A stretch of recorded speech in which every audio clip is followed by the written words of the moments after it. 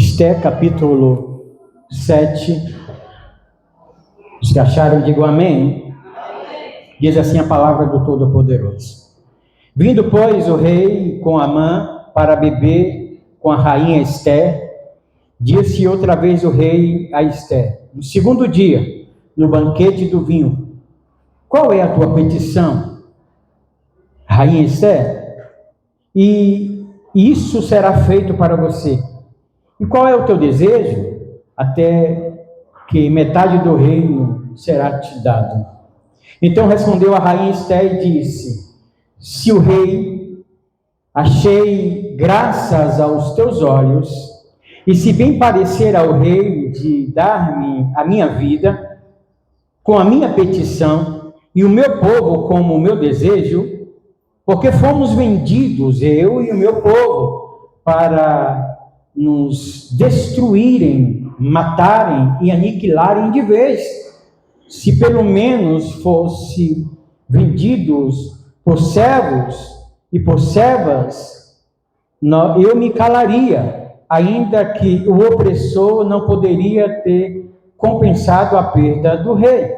Então falou o rei Assuero e disse à rainha Esté: quem é este e onde está, cujo coração instigou a assim fazer? E disse Esté: o homem, o opressor e o inimigo é este mau Amã. Então Amã se perturbou perante o rei e a rainha. E o rei, no seu furor, se levantou do banquete do vinho e passou para o jardim do palácio. E Amã se pôs em pé para rogar a rainha Esté pela sua própria vida, porque viu que o mal já estava determinado pelo rei.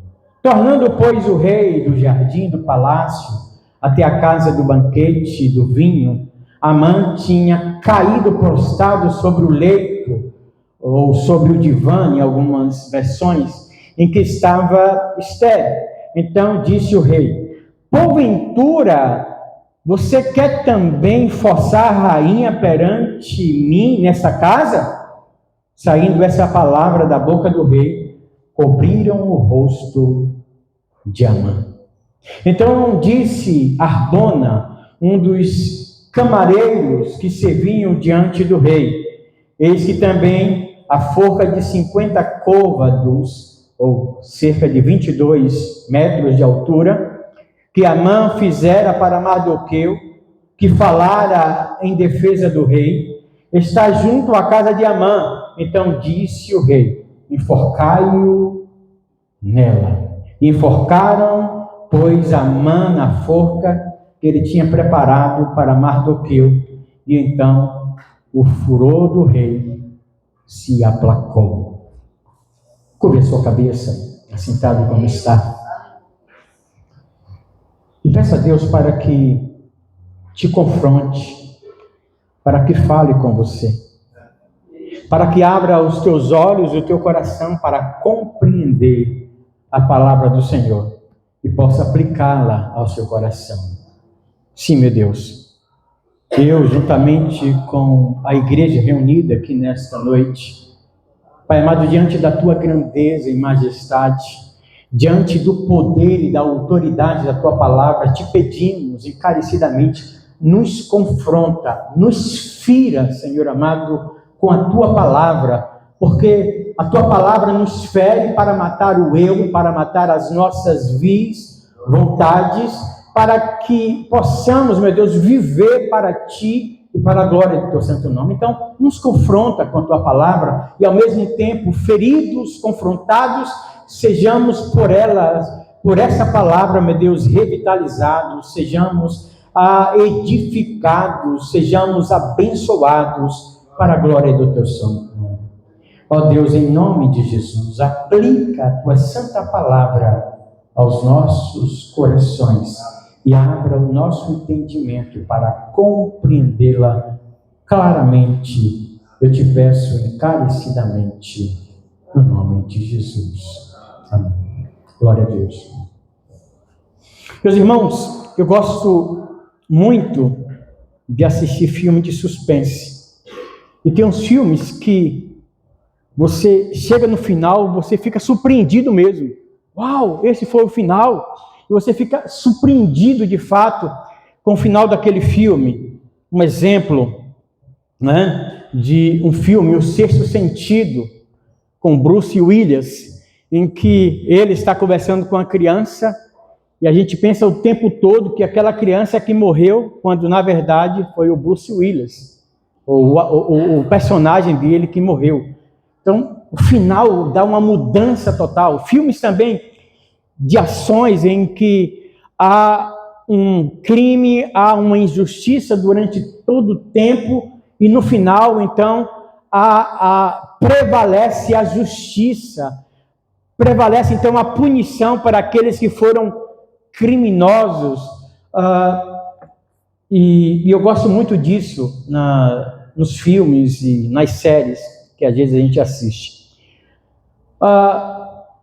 O interessante é que a gente começa a ler o livro de Esther, a gente já falou sobre isso aqui, mas a gente chega no capítulo 1, nós temos a revelação de uma glória de um rei, que é muito poderoso, que é implacável, que é cruel. E começa com a história justamente ele mostrando a sua glória, e dominava sobre 120 províncias, era um reino de fato poderoso, era um homem que era cruel, um homem que punia severamente aqueles que lhe contrariavam. E o exemplo claro ali no capítulo 1 é que a rainha Vasti, que se recusa a ir para a festa que o rei dá e quer expô-la como prêmio, e ela deveria se apresentar desnuda para mostrar a beleza da rainha, e ela se recusa aí, e ele então a pune, ele a destitui do cargo de rainha e ele escolhe outra, né? Então o capítulo 1 começa assim, o capítulo 2 começa falando que este rei, depois que passa a sua ira, ele lembrou-se do que fizera contra Vasti, e ele então ele começa a honrar esse homem chamado Amã. E nesse mesmo capítulo, nós temos o capítulo 1, justamente o que Mardoqueu faz, percebendo dois dos servos do rei que estão tramando matá-lo, estão tramando destruir a sua vida, e então esse Amã revela ao rei, fala para o rei esta trama para tirar a sua vida. E é o capítulo 2, ao invés de começar exaltando ou fazendo justiça a este ato heróico de Mardoqueu, na verdade o rei começa exaltando sobremaneira o Amã, e ele então quer que todos se prostrem diante dele, e Mardoqueu então se recusa. E nós temos no capítulo 2, por causa desta recusa de Amã, a grande pergunta: e agora? O que será do povo judeu? Porque esse Amã, então, trama para matar não somente a Mardoqueu, mas a todo o povo judeu, não somente ali em Suzã, a capital da Pérsia, mas em todas as 120 províncias onde estavam espalhados os judeus. Inclusive em Jerusalém, que já estava começando a voltar do cativeiro, uma turma com Zorobabel, e inclusive esses deveriam ser caçados e matados, e aquele que matasse um judeu, Amã então consegue com o rei uma recompensa em dinheiro, em prata e ouro, do tesouro do rei, para recompensar todos aqueles que matassem um judeu. E a gente termina o capítulo 2, como eu disse, perguntando: o que será do povo judeu? Capítulo 3, então, nós temos Amã de novo indo contra o povo de Deus, indo contra Mardoqueu, e a gente termina o capítulo 3 e 4 perguntando agora não somente o que será do povo judeu, mas também o que será de Mardoqueu. Capítulo 5, então, entra Esther novamente no cenário, e agora há esse edito do rei que deveria, qualquer judeu que fosse encontrado fosse morto e receberiam recompensa. E Esther então é chamada por Mardoqueu, e ela então recebe o desafio de comparecer diante do rei. E o capítulo 5, Esther se prepara, Esther vai diante do palácio e ela propõe o seguinte: jejuem, orem juntamente comigo, eu e minhas moças iremos também jejuar. E embora o costume peça é que se qualquer pessoa adentrar na sala do rei e ele não ter convidado e não estender o seu cetro, essa pessoa deve morrer. Essa pessoa imediatamente deve ser morta. Mas se eu tiver que morrer, eu vou morrer. E o capítulo 5 termina a gente perguntando: e agora? O que vai ser da vida de Esther? Capítulo 6 e capítulo 7, a gente vê o desfecho daquela história, os jantares que Esther deu para a mãe e para o rei que propõe atender Esther em qualquer petição, ainda que fosse metade do rei. Esther agindo com muita sabedoria, pedindo direção de Deus, com uma sabedoria do alto. Esther não se precipita, Esther pensa direitinho como é que vai resolver aquele problema. E o capítulo 6, nós começamos a ver uma reação de Deus, mas ainda no capítulo 6 a mãe está em perigo, porque uma forca foi levantada, e ainda naquele dia a mãe foi até a casa do rei para pedir permissão e pedir que ele enforcasse Mardoqueu. E então, nesse momento, a gente começa a ver o desfecho. E a gente começa e termina, tanto o capítulo 6 como o capítulo 7, a gente começa e termina perguntando: e agora, mãe, o que é que você pode fazer?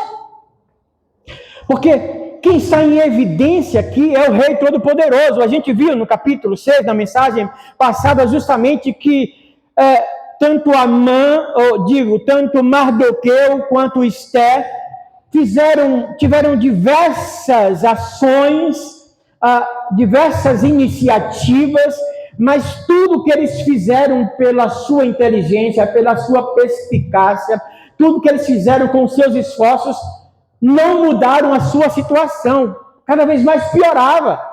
No capítulo 7, então, a gente começa a ver Deus agindo. No capítulo 6, sobretudo, a gente não vê nenhuma ação nem de Esther e nem de Mardoqueu. A gente vê Deus agindo para mudar, dando um sonho, uma insônia ao rei. O rei levanta, ao invés de estar com as suas várias esposas, ou beber vinho, como ele costumava fazer, ele vai ler um livro dos feitos do rei, das crônicas do rei, e exatamente o escriba, a pessoa que era responsável, abriu aquele livro exatamente no trecho onde estava o ato de Mardoqueu para livrar o rei, e o rei então dirigido, conduzido, movido o seu coração por Deus, o rei pergunta qual foi a honra que foi dada para Amã, e digo para Mardoqueu, e então o escriba fala que nada foi feito, e até que o rei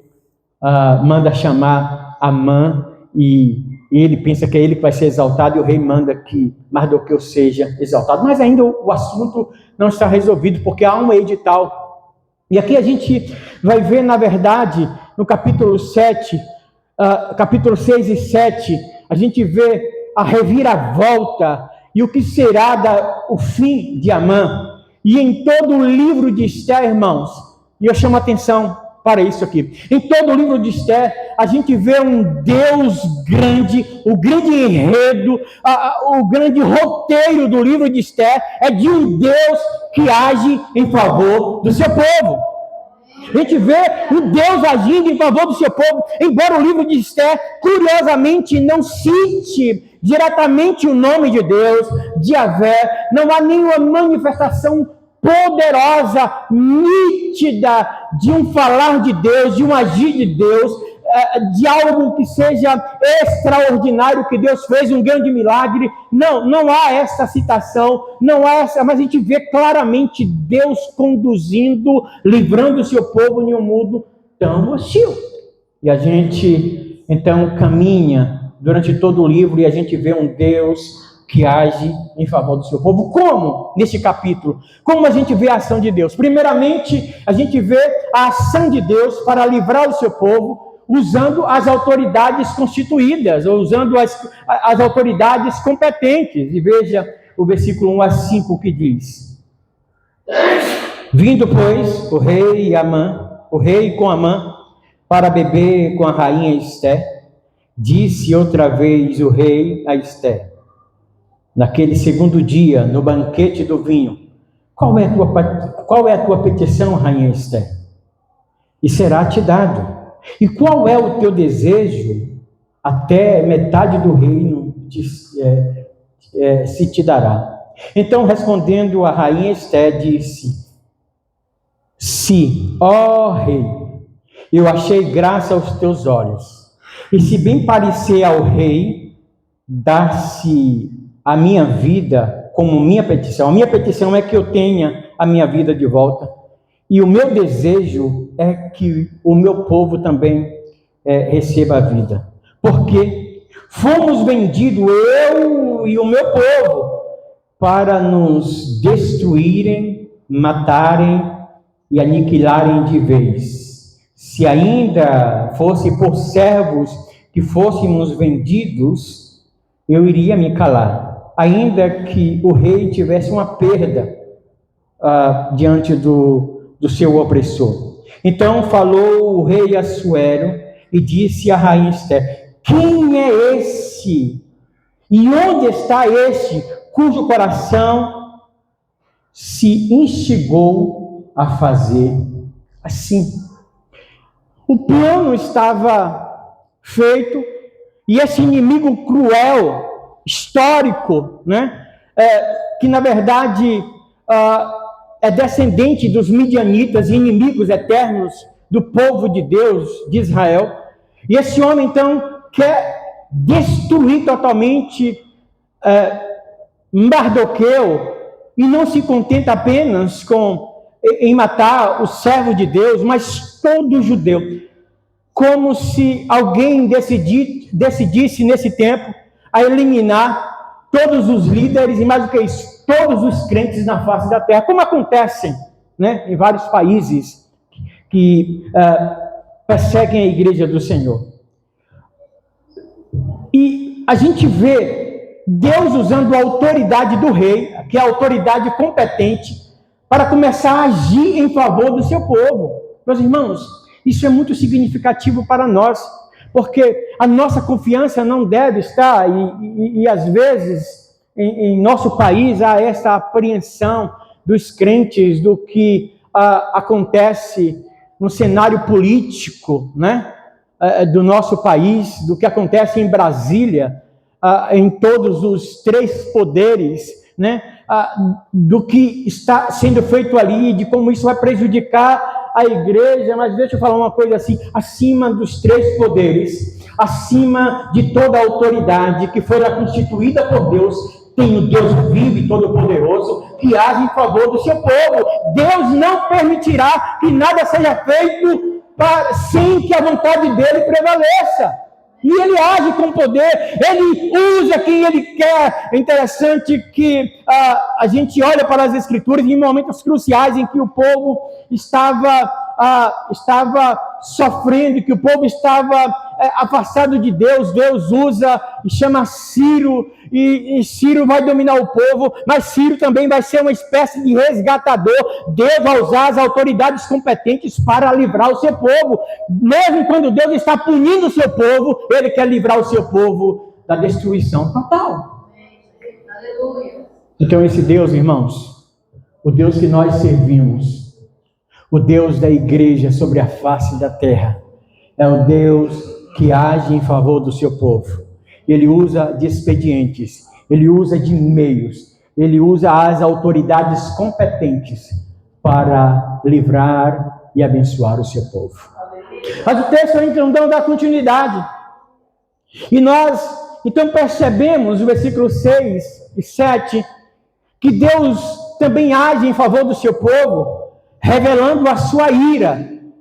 Na verdade, o texto vai nos dizer, versículo 6, o seguinte: e disse Esther, o rei pergunta no capítulo 5,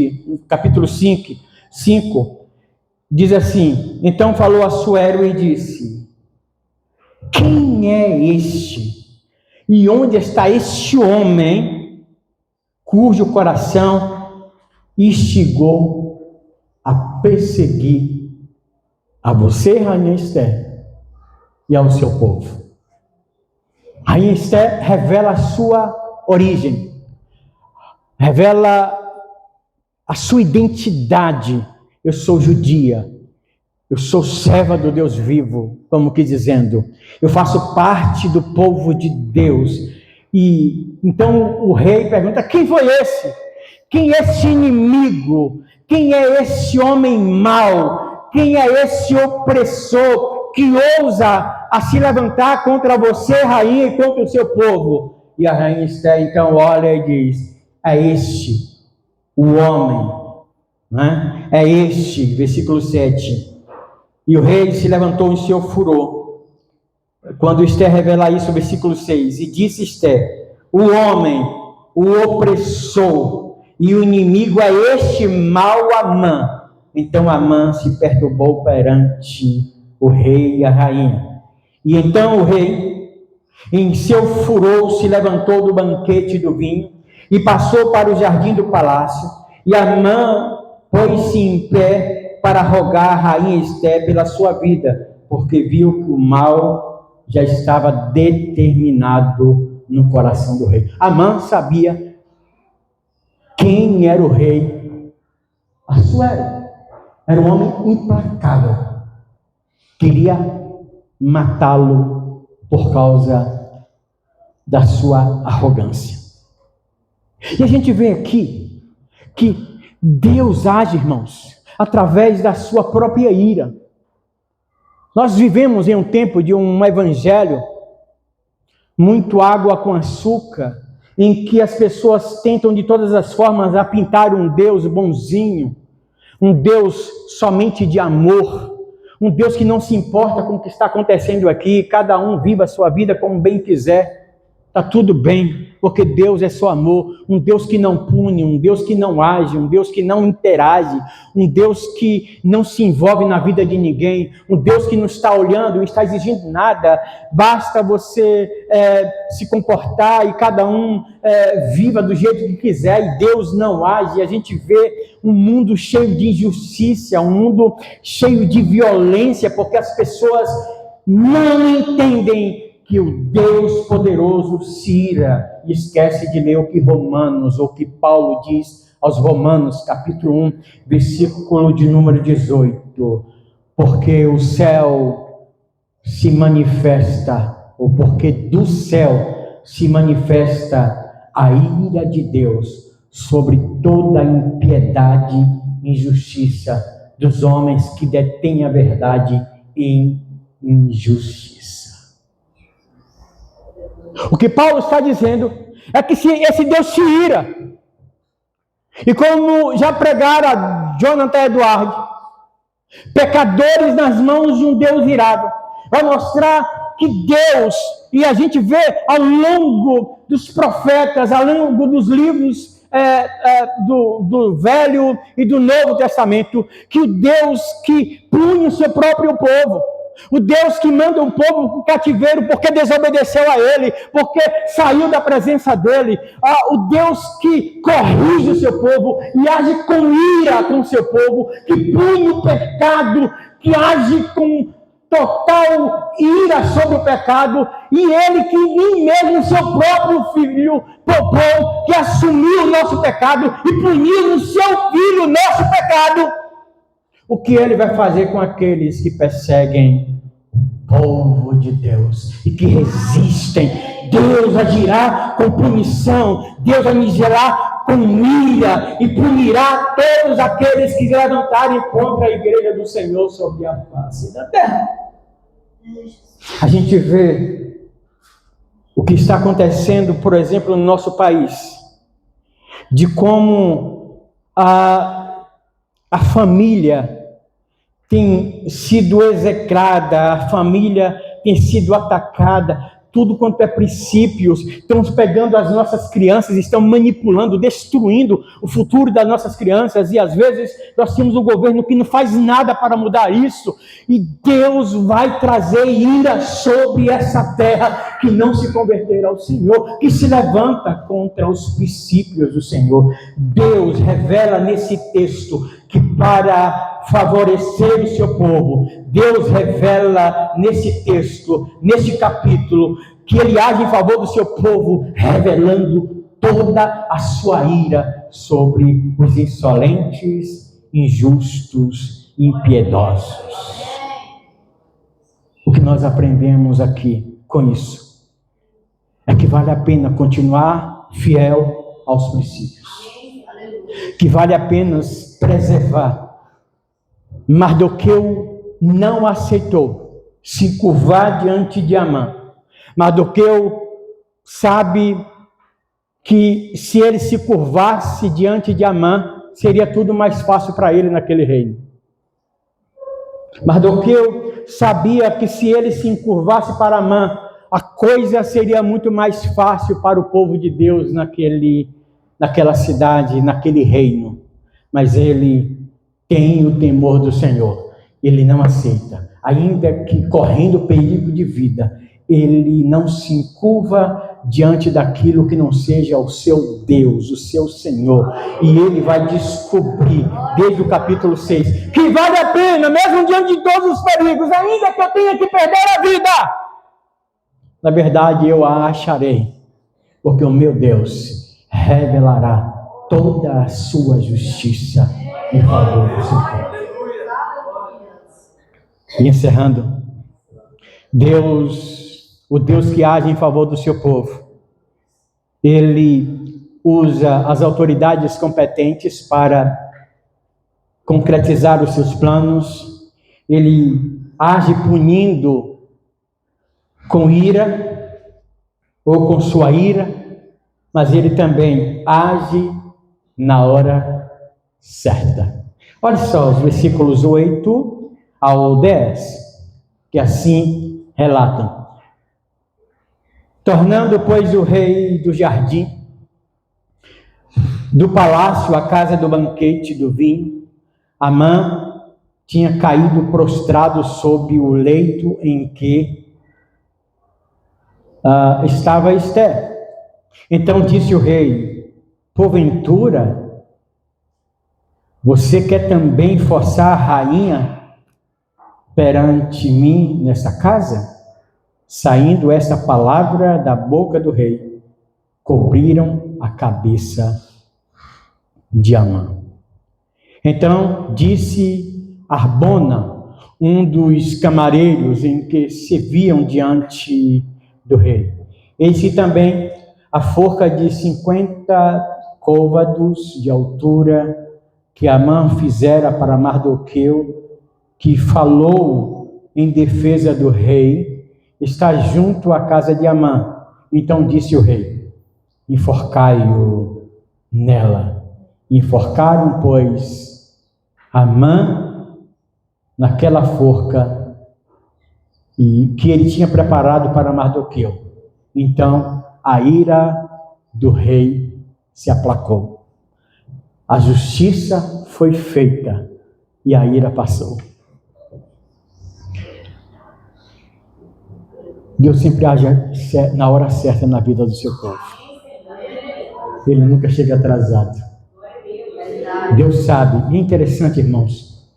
Os irmãos lembram quando o rei, que foi influenciado por Amã, lançou aquele edital, aquela lei em que os judeus deveriam ser mortos, atacados e por caçadores de recompensa.